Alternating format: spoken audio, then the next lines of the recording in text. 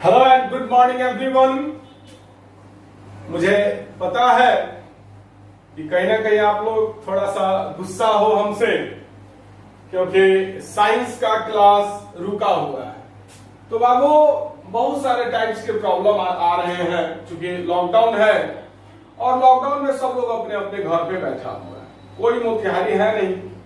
फिर भी इन सारे परेशानियों को झेलते हुए मैं आप लोगों का जो सिलेबस है उसको मैंने रोका नहीं। मैं किसी भी तरीके से आप लोगों के सिलेबस को आगे बढ़ाने के लिए प्रतिबद्ध हूं और मैं अपनी तरफ से भरपूर कोशिश करता हूं कि आप लोगों का जो सिलेबस है वो सिलेबस चलते रहे। तो थोड़ी सी कमी हुई है, इस बात को मैं मानता हूं, साइंस को लेकर के थोड़ी सी कमी हुई है, लेकिन एकदम बेफिक्र रहे।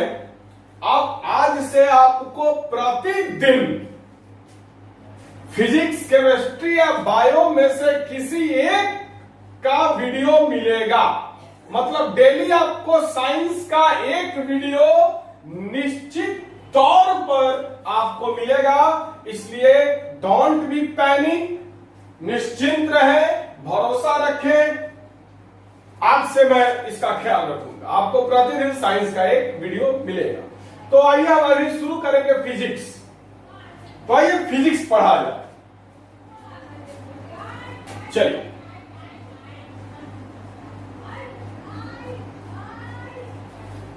फिजिक्स का अभी तक 2 क्लास ही हुआ था। अब आपको निश्चिंत रहिए, साइंस का रेगुलर आपको होगा। तो पिछले क्लासेस में हम लोगों ने प्रकाश के परावर्तन की व्याख्या के बारे में पढ़ा था कि प्रकाश का जब परावर्तन होता है तो उस समय कैसे कैसे क्या क्या चीज आता है जाता है, इन सारी चीजों के बारे में हम लोगों ने पढ़ा था। हम लोगों ने आपतित किरण के बारे में जाना था, परावर्तित किरण के बारे में जाना था, आपतन बिंदु के बारे में जाना था, आपतन बिंदु पर खींचे गए अभिलंब के बारे में हम लोगों ने जाना था, आपको आपतन कोण के बारे में हम लोगों ने जाना था, परावर्तन कोण के बारे में हम लोगों ने जाना था। मतलब प्रकाश के परावर्तन में जितनी चीजें होती हैं उन सभी चीजों के बारे में हम लोग पिछले क्लासेस में जान गए थे। आज हम शुरू करेंगे प्रकाश के परावर्तन के नियम। प्रकाश के परावर्तन के नियम।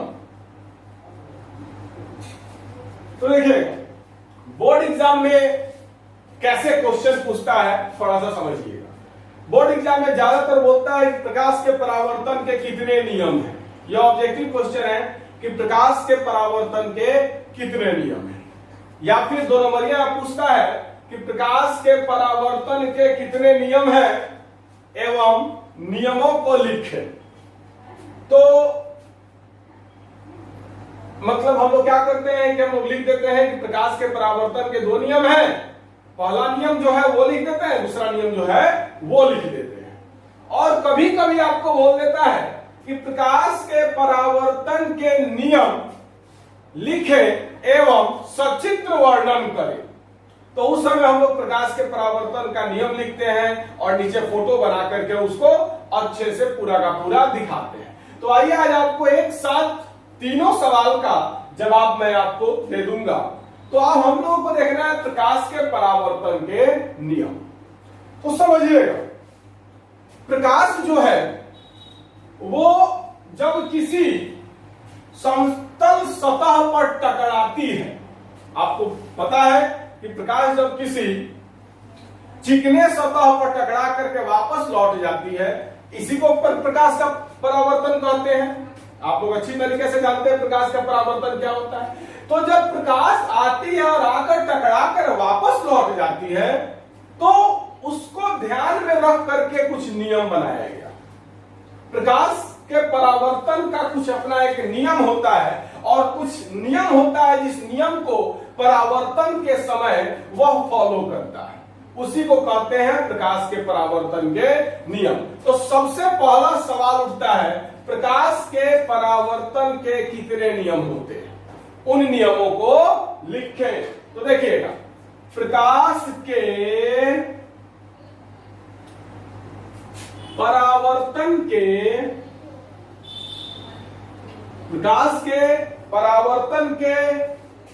दो नियम होते हैं। प्रकाश के परावर्तन के दो नियम होते हैं। अभी थोड़ी देर पहले मैंने ग्रुप में इसके पहले मतलब आज से लगभग 10-12 दिन पहले आप लोग के ग्रुप में मैंने फिजिक्स का नोट्स डाला। अभी तक 2 बार हमने आपके ग्रुप में फिजिक्स का नोट्स डाल दिया था और आज तीसरा बार मैंने डाल दिया है, तो कुल 3 बार नोट्स हम डाल दिए थे। तो इसके पहले जो फिजिक्स का नोट्स डाले हुए थे आप लोगों के ग्रुप में, उसमें ये लिखा हुआ है क्या, तो प्रकाश के परावर्तन के 2 नियम होते हैं और दोनों का दोनों नियम भी लिखा हुआ है और फोटो के साथ पूरा का पूरा उसको आदमी मतलब व्याख्या भी किया हुआ है, तो उसको समझ लिया जाए। इसका नोट्स आपको मिल गया है, सबको उतारने की जरूरत नहीं है, इसका नोट्स आपको मैंने दे दिया है। तो चलिए आते हैं वापस।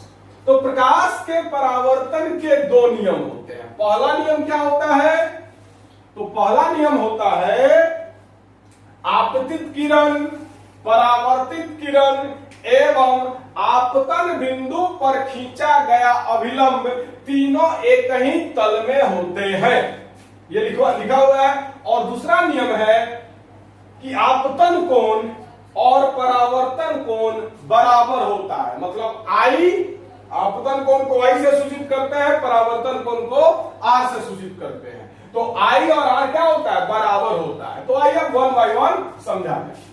अब आप देख सकते हैं कि ये कोई समतल दर्पण है, एम और एम डैश समतल दर्पण है, एक साइड पेंट रहेगा आपको पता है।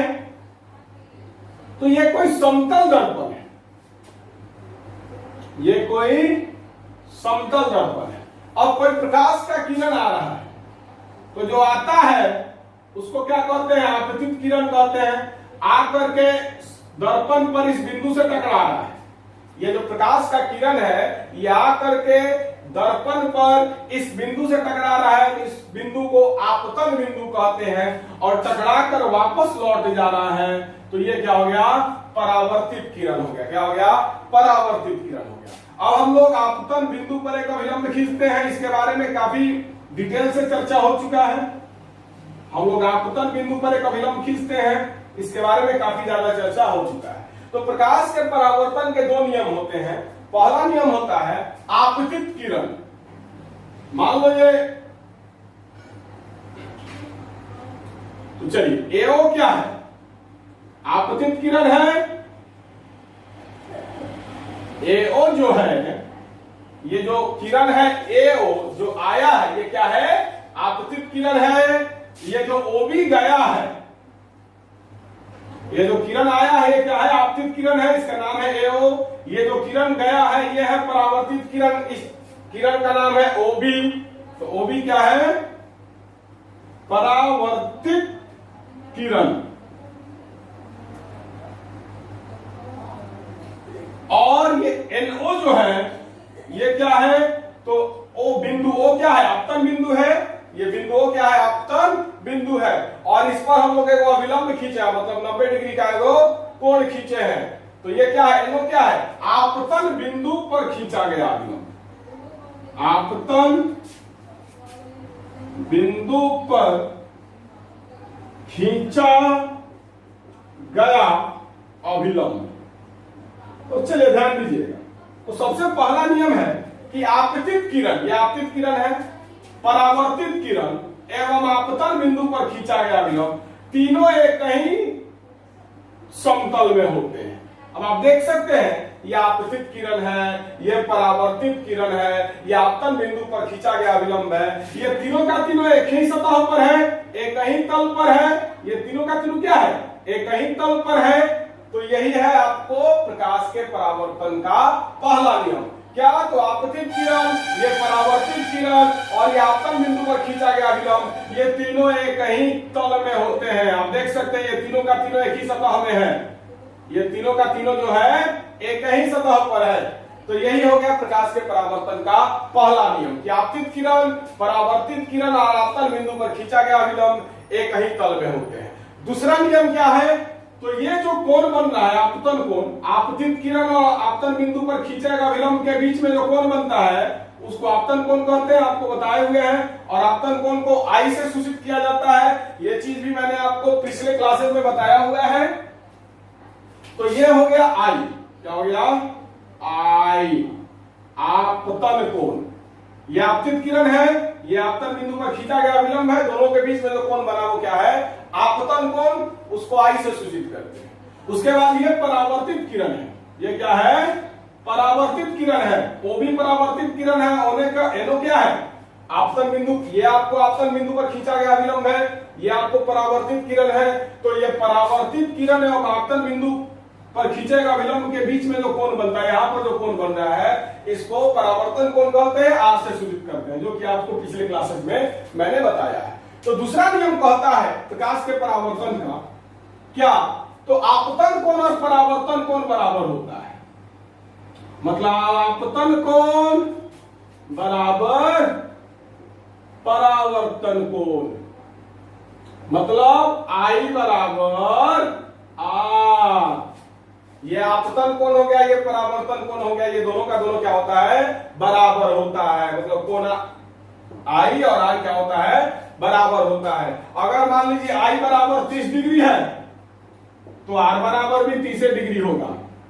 अगर आपतन कोण 30 डिग्री है तो परावर्तन कोण भी 30 डिग्री होता है। काहे कि प्रकाश के परावर्तन का दूसरा नियम कहता है कि आपतन कोण और परावर्तन कोण बराबर होता है। अगर मान लीजिए आई आपको 60 डिग्री है तो आर भी कितना डिग्री होगा, 60 डिग्री होगा। तो माइंड में सेट कर लीजिए, प्रकाश के परावर्तन के दो नियम होते हैं। प्रकाश के परावर्तन के दो नियम होते हैं। पहला नियम होता है आपतित किरण, परावर्तित किरण एवं आपतन बिंदु पर खींचा गया अभिलंब तीनों एक ही समतल में होते हैं। दूसरा नियम होता है आपतन कोण और परावर्तन कोण बराबर होता है। तो एग्जाम में क्वेश्चन कैसे पूछेगा, पहले इसके बारे में थोड़ा सा अच्छी तरीके से समझ लो। एग्जाम में आपको क्वेश्चन डालेगा ऑब्जेक्टिव में क्या, तो प्रकाश के परावर्तन के कितने नियम होते हैं, आज आप जान गए, दो ऑब्जेक्टिव मान लोगे। कौन कौन होता है, अब आपको दो नंबरिया में जाइएगा तो बोलेगा प्रकाश के परावर्तन के कितने नियम होते हैं, नियमों को लिखे। तो लिखेगा प्रकाश के परावर्तन के दो नियम होते हैं। पहला आपतित किरण, परावर्तित किरण एवं आपतन बिंदु पर खींचा गया अभिलंब तीनों एक ही समतल में होते हैं। दूसरा आपतन कोण बराबर परावर्तन कोण, अर्थात आई बराबर आर। इतना ही पर छोड़ दीजिएगा। और अगर पूछ दिया कि प्रकाश के परावर्तन के कितने नियम होते हैं, सचित्र व्याख्या करें या फिर सचित्र वर्णन करें, मतलब फोटो के साथ इसको छीटे, तब क्या कीजिएगा, तो आप उस समय क्या कीजिएगा कि फोटो बना दीजिएगा, लिख दीजिएगा प्रकाश के परावर्तन के दो नियम होते हैं। पहला नियम लिख दीजिएगा, दूसरा नियम लिख दीजिएगा। उसके बाद उसके नीचे को फोटो बना दीजिएगा और फोटो बना करके लिख दीजिएगा कि यहाँ AO, NO और OB ये तीनों एक ही समतल में हैं एवं I बराबर R है। ये पूरा का पूरा मैंने नोट्स में आपको दे दिया था। तो पिछला बार में जो मैंने नोट्स दिया था उसका नोट्स यहीं तक था। अब आज इससे आगे जो मैं पढ़ाने वाला हूं इसका नोट्स भी मैंने आज डाल दिया है। तो आइए अब आगे इसके चलते हैं। तो माइंड में आई थिंक आपके सेट हो गया प्रकाश के परावर्तन के नियम कितने होते हैं, कौन कौन होते हैं, कैसा होता है, ये सब चीज आपको सेट कर गया। एग्जाम में कैसे क्वेश्चन पूछेगा तो उसका जवाब कैसे देना है ये भी मैंने आपको समझा दिया। अब आइए, अब है समतल दर्पण पर लंबवत पड़ने वाली प्रकाश की किरण। तो चलिए अब अगला टॉपिक है समतल दर्पण पर लंबवत पड़ने वाली प्रकाश की किरण। तो चलिए अब हम लोग देखेंगे कि समतल दर्पण पर जब प्रकाश का किरण लंबवत पड़ता है तो क्या होता है। चलिए देखिए, मान लीजिए कोई समतल दर्पण है एम और एम डैश। अब इसको एक साइड से पेंट कर दो।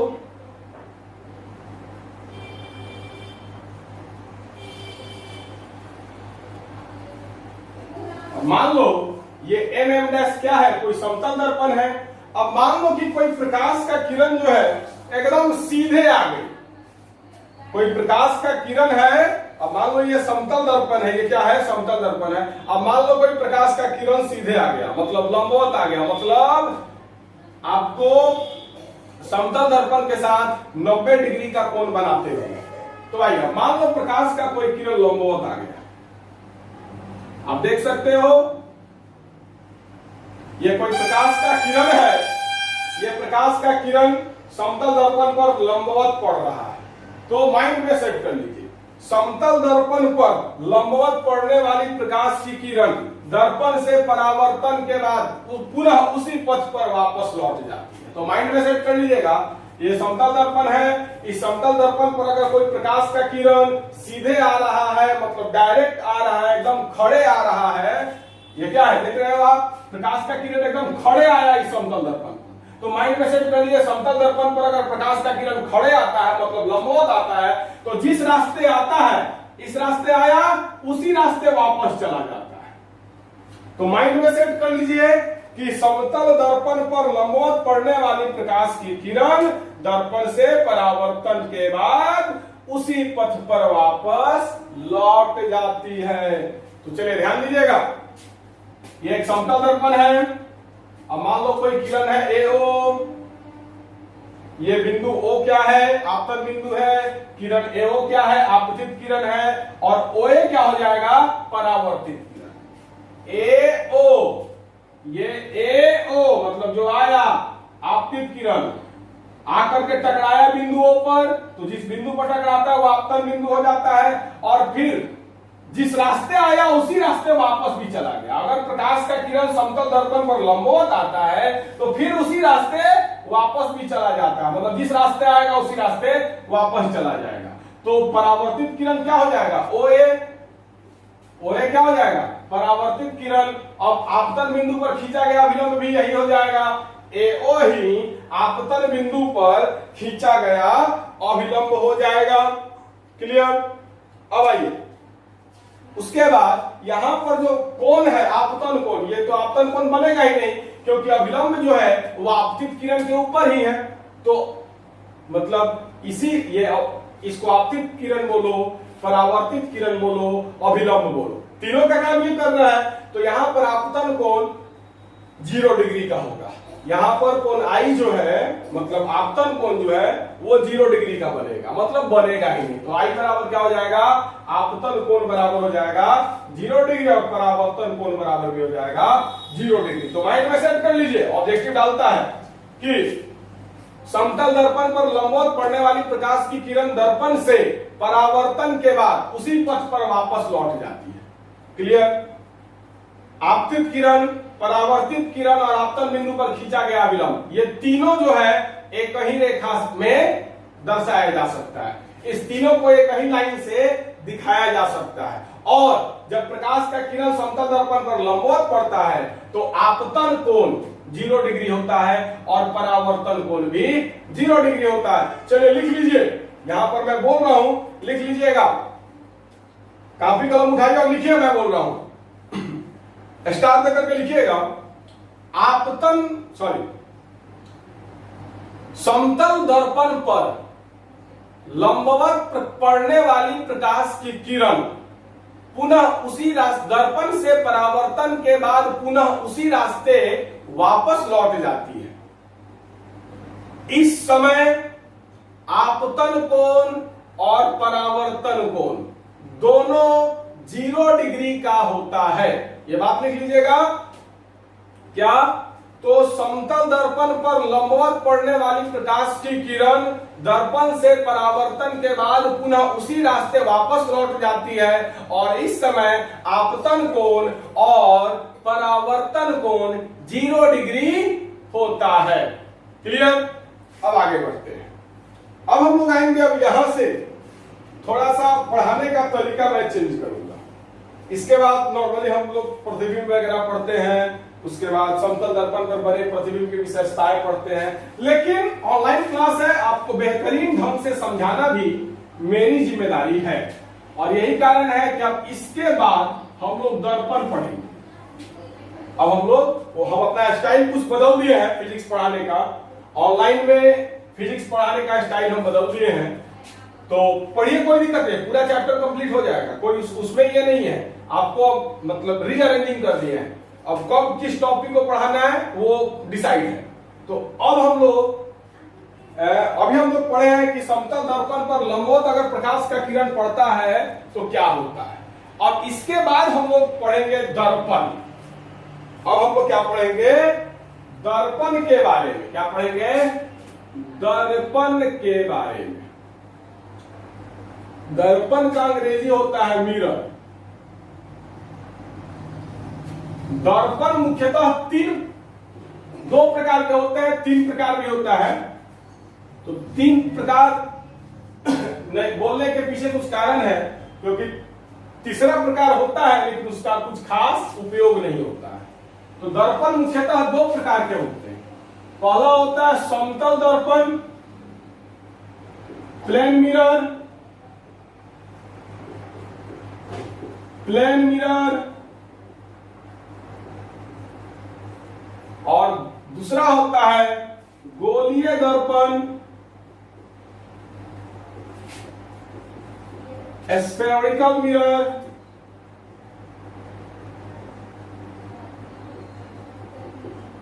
चलिए, तो दर्पण जो है मुख्यतः दो प्रकार के होते हैं। पहला होता है समतल दर्पण और दूसरा होता है गोलीय दर्पण। बहुत लोग तीन प्रकार भी बोलता है कि दर्पण मुख्यतः तीन प्रकार के होते हैं, समतल दर्पण, गोलीय दर्पण और परवलयिक दर्पण। तीसरा क्या प्रकार होता है दर्पण का, परवलयिक दर्पण। तीसरा प्रकार क्या होता है, परवलयिक दर्पण। तो तीसरा प्रकार का कुछ यूज नहीं है, इसीलिए हम लोग मुख्यतः दो प्रकार ही पढ़ते हैं। तो दर्पण के मुख्यतः दो प्रकार होते हैं, समतल दर्पण और गोलीय दर्पण, स्फेरिकल मिरर और प्लेन मिरर। अब गोलीय दर्पण का भी दो प्रकार हो जाता है। पहला होता है अवतल दर्पण, कनकेव मिरर, और दूसरा होता है उत्तल दर्पण। दूसरा क्या होता है, उत्तल दर्पण, कन्वेक्स मिरर।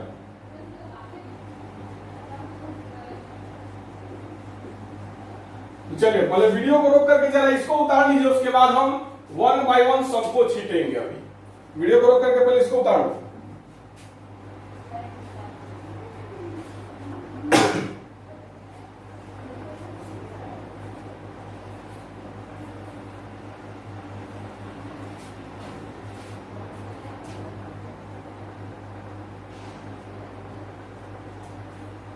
चलिए अब हम लोग देखेंगे कि ये दर्पण होता क्या है।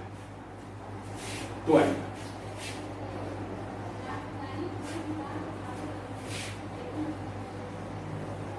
ये जो दर्पण है, ये दर्पण आखिरकार होता क्या है हम लोगों को अब ये समझना है। तो देखिएगा, पारदर्शक कांच का वह भाग, पारदर्शक कांच का मतलब यहां पर क्या होगा तो समझिएगा। पारदर्शक कांच, इसी कांच को हम लोग बोलचाल के भाषा में शीशा भी कहते हैं। नॉर्मली बोलचाल के भाषा में हम लोग शीशा कहते हैं, जो खिड़की में लगता है। दरवाजा वगैरह, खिड़की वगैरह में कांच लगता है, दरवाजा में नहीं लगता है। मतलब ऑफिस वगैरह के दरवाजा में कांच लगता है, लेकिन खिड़की वगैरह में तो कांच लगता है। तो यहां पर पारदर्शक कांच का मतलब क्या हुआ, तो पारदर्शक, पारदर्शक का मतलब हुआ वैसा पदार्थ जिससे होकर के प्रकाश आसानी से आर पार आ जा सके। वैसा पदार्थ जिससे होकर के प्रकाश आसानी से आर पार आ जा सके, उसे पारदर्शक पदार्थ कहते हैं। मान लो कि ये कोई कांच का टुकड़ा है। मान लो ये क्या है, कोई कांच का टुकड़ा है जो कि आपके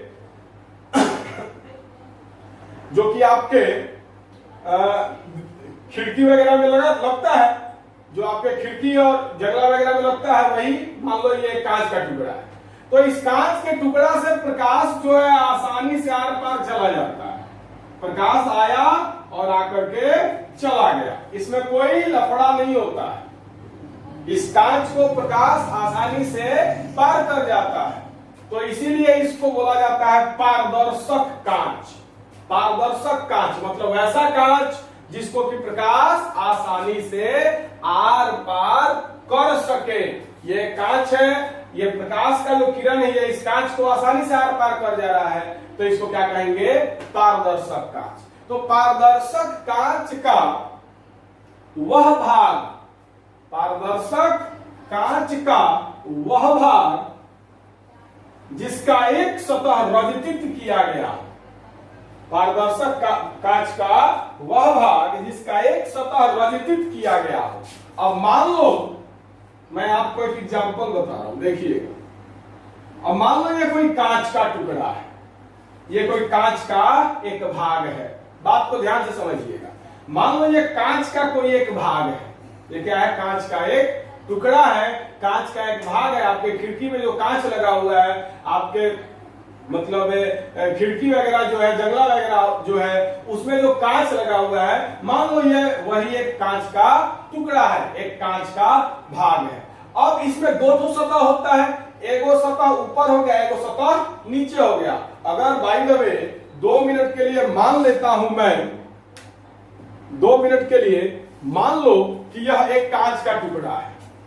मान लो 2 मिनट के लिए, कांच का टुकड़ा मेरे पास है नहीं, आप 2 मिनट के लिए मान लो ये कांच का टुकड़ा है, मतलब प्रकाश इसको आसानी से आर पार कर जा रहा है, इधर से घुस रहा है, उधर से निकल जा रहा है। मान लो ये कोई कांच का टुकड़ा है, ये जो मेरे हाथ में है ये कॉपी नहीं है, ये मान लो कि कांच का कोई टुकड़ा है। अब इसको प्रकाश आसानी से आर पार कर जा रहा है, मतलब ये क्या है, पारदर्शक कांच है। ये क्या है, पारदर्शक कांच है। अब इस कांच का टुकड़ा पर कई सतह हुआ, तो एगो सतह ये है और एगो सतह ये है।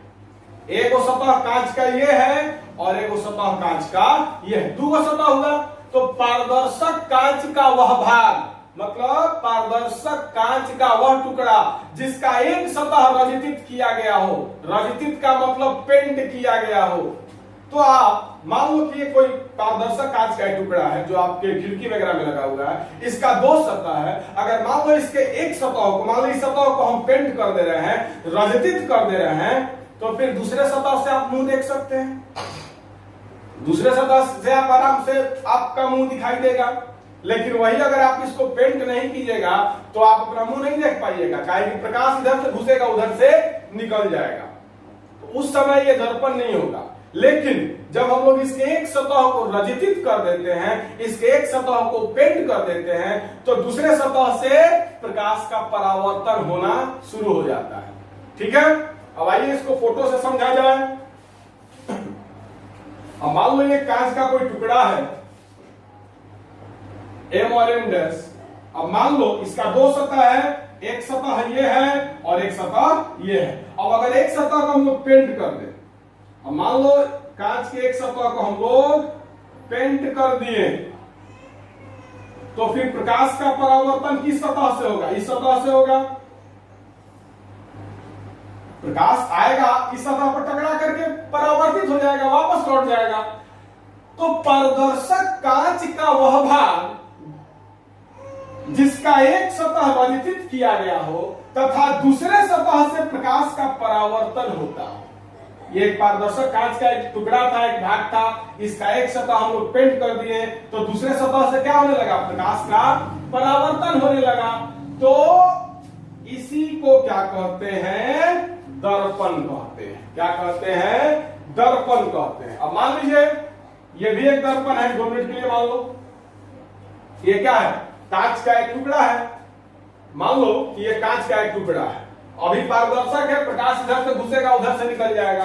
अब मान लो इसका भी 2 सतह है, एक सतह ये है और एक सतह ये है। अब अगर इसके एक सतह को हम लोग बाई द वे पेंट कर दे रहे हैं, मान लो इसका एक सतह को हम लोग रंजित कर दे रहे हैं, तो अब मान लो इस सतह को हम लोग पेंट कर दिए, तो अब इस सतह से तो प्रकाश का परावर्तन होना शुरू हो जाएगा, प्रकाश आएगा, टकराएगा और वापस जाएगा। या फिर मान लो ये भी एक कांच का टुकड़ा है, अब इसके एक सतह को मान लो हम लोग रंजित कर दे रहे हैं, पेंट कर दे रहे हैं, तो इस सतह से प्रकाश का परावर्तन शुरू हो जाएगा, प्रकाश आएगा, टकरा करके वापस लौट जाएगा।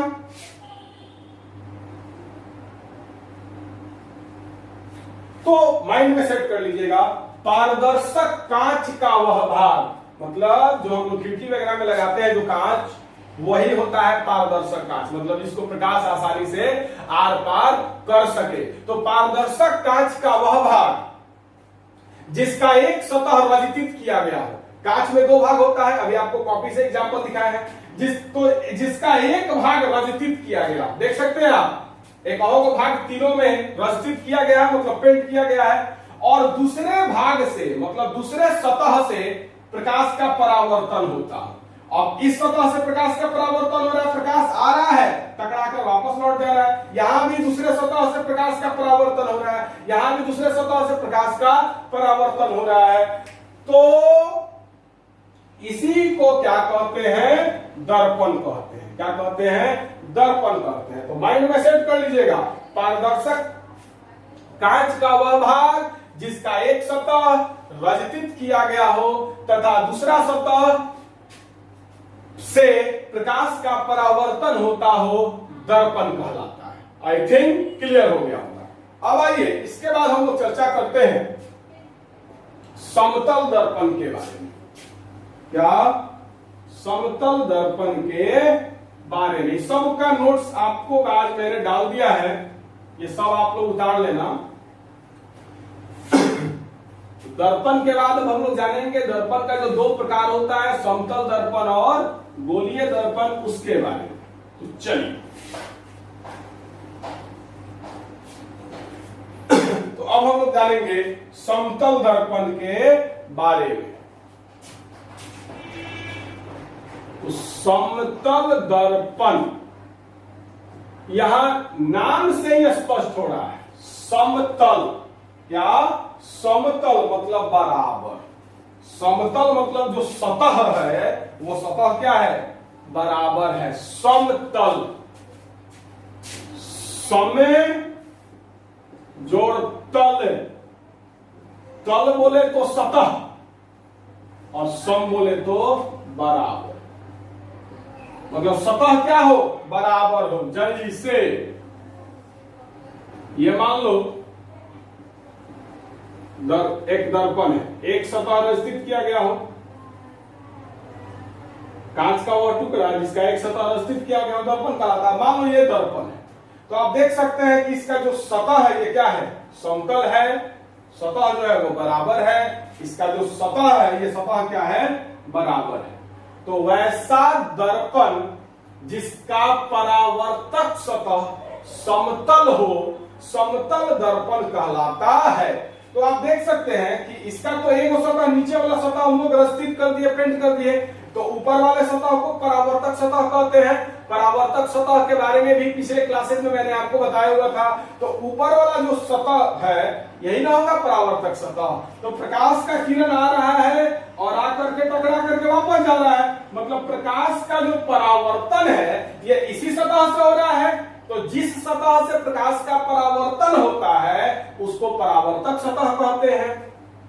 तो वैसा दर्पण जिसका परावर्तक सतह, यही है परावर्तक सतह, तो वैसा दर्पण जिसका परावर्तक सतह समतल हो, समतल दर्पण कहलाता है। आप देख सकते हैं इस दर्पण का परावर्तक सतह कैसा है, समतल है, बराबर है, तो ये क्या कहलाएगा, समतल दर्पण कहलाएगा। आपके नोट्स में इसका परिभाषा और फोटो दोनों का दोनों ऑलरेडी दिया हुआ है। अब आइए गोलीय दर्पण। अब क्या ये गोलीय दर्पण, चलिए गोलीय दर्पण पर चलते हैं।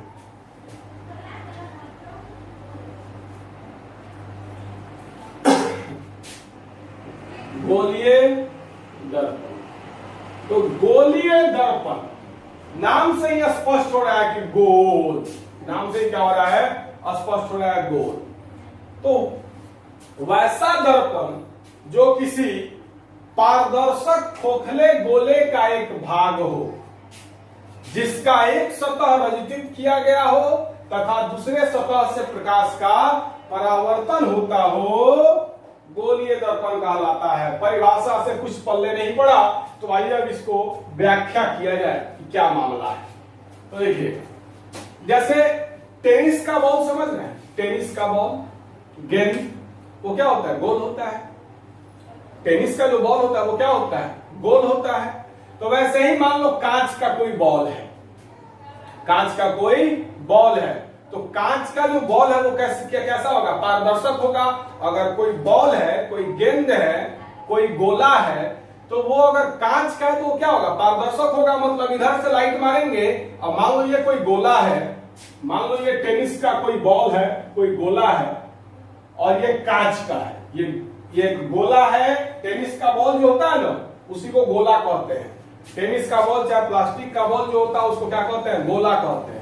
अब मान लो ये कोई गोला है, और ये गोला किस चीज का है, कांच का है। तो जब हम इधर से लाइट मारेंगे तो ये पूरा का पूरा पार कर जाएगा। मतलब कांच का गोला है, मतलब पारदर्शक है। क्या है, पारदर्शक है, मतलब प्रकाश को आसानी से आर पार कर जा रहा है। अब तो देखिएगा, वैसा दर्पण जो किसी खोखले पारदर्शक कांच के गोले का एक भाग। अब मान लो कि कोई गोला है, मान लो कोई गोला है, कांच का एक खोखला गोला है। जैसे खोखला गोला का मतलब प्लास्टिक का बॉल आप लोग देखे होंगे, गेंद, उस बॉल को फाड़िएगा तो भीतर कुछ नहीं रहता है। ड्यूस के बॉल में भीतर रहता है तो वो खोखला नहीं होता है। ड्यूस का जो बॉल होता है वो खोखला नहीं होता है। लेकिन प्लास्टिक का जो बॉल होता है, प्लास्टिक का जो गेंद होता है, उसको जब काट करके देखिएगा उसके भीतर, तो उसके भीतर खाली रहता है, कुछ नहीं रहता है, मतलब खोखला रहता है। तो वैसे ही मान लो कि कांच का कोई खोखला गोला है, मतलब पारदर्शक कोई खोखला गोला है। अब इसका अगर एक भाग मान लो हम काट ले रहे हैं, मान लो यहीं से हमें इसका एक भाग काट लिया, मान लो यहां से हम इसका एक भाग काट लिया, तो काटे तो ये भाग कैसा हो जाएगा, ऐसे हो जाएगा। इसी भाग को ना हम लोग यहाँ पर फोटो बना दिए, हम लोग इसी भाग को, जिस भाग को काटे उसको यहां पर अलग कर दिए। तो देखिएगा, अब मान लो इसको हम लोग दर्पण बना दें। ये क्या है, कांच का एक टुकड़ा है, जो कहां से हम लोग काटे हैं, तो खोखले गोले से। हम लोग एक खोखले कांच के गोले से एक टुकड़ा काटे हैं। अब इस ये टुकड़ा भी क्या है, कांच का है, प्रकाश इधर से घुसेगा उधर से निकल जाएगा। अब इसके दोनों में से किसी एक सतह को अगर हम लोग पेंट कर दें, मान लो इस सतह को हम लोग पेंट कर दे रहे हैं, तो फिर प्रकाश का परावर्तन इस सतह से होगा। प्रकाश का जो परावर्तन है वही सतह से होगा। तो इसको कहेंगे गोलीय दर्पण। या फिर मान लो इसको हम लोग ऐसे पेंट कर दे रहे हैं, प्रस्तुत कर रहे हैं, तो प्रकाश का परावर्तन ऐसे होगा। तो ये दोनों को हम लोग क्या कहेंगे, गोलीय दर्पण। क्या कहेंगे, गोलीय दर्पण। मतलब वैसा दर्पण जो किसी पारदर्शक खोखले गोले का एक भाग हो। तो आप देख सकते हैं, ये जो मैंने अभी दर्पण बनाया है, ये क्या है, तो इस खोखले गोले का एक भाग है। इसी भाग को मैं काट करके हम यहां पर बनाए हैं। अब इसका एक भाग रचित कर दिया जाए, खोखला गोला का एक भाग है, और अब इसका एक सतह अगर हम लोग रचित कर दे, पेंट कर दे, मान लो इस सतह को हम लोग पेंट कर दे रहे हैं, और दूसरा सतह से प्रकाश का परावर्तन हो रहा है, तो एक सतह को अगर हम लोग पेंट कर देंगे तो दूसरे सतह से प्रकाश का परावर्तन होगा, तो दर्पण हो जाएगा। और चूंकि ये खोखले गोले का एक भाग है, इसलिए ये गोलीय दर्पण हो जाएगा।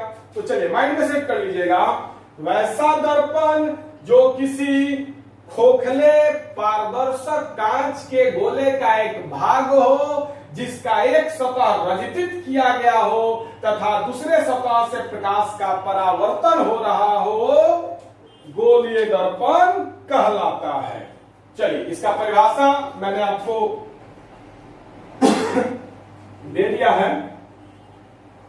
इसका फोटो आई थिंक हमने नहीं बनाया है, नोट्स में आई थिंक इसका फोटो नहीं है, बनाया है, कंफर्म याद आ गया।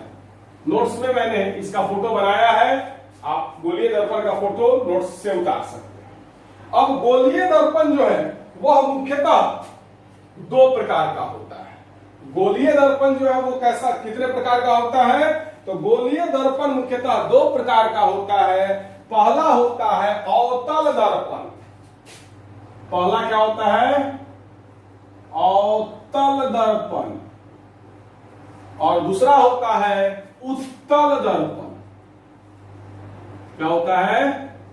अवतल दर्पण और दूसरा क्या होता है? उत्तल दर्पण। तो आइए अब समझा जाए। वैसा गोलीय दर्पण जिसका उभरा हुआ भाग रचित किया गया हो एवं धसे हुए भाग से प्रकाश का परावर्तन होता हो, अवतल दर्पण कहलाता है। अब मान लीजिए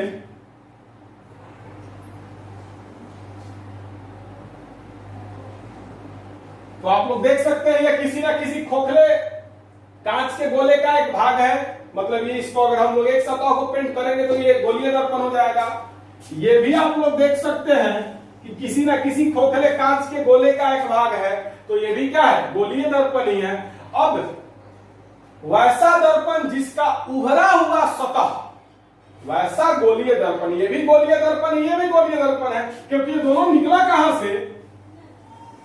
तो ये कोई गोला है, इसी को हम लोग काटे हैं, तो इसी का एक भाग काटे हैं। यही भाग में यहां पर है और यहां पर है, तो ये दोनों का दोनों क्या है? गोलीय दर्पण है।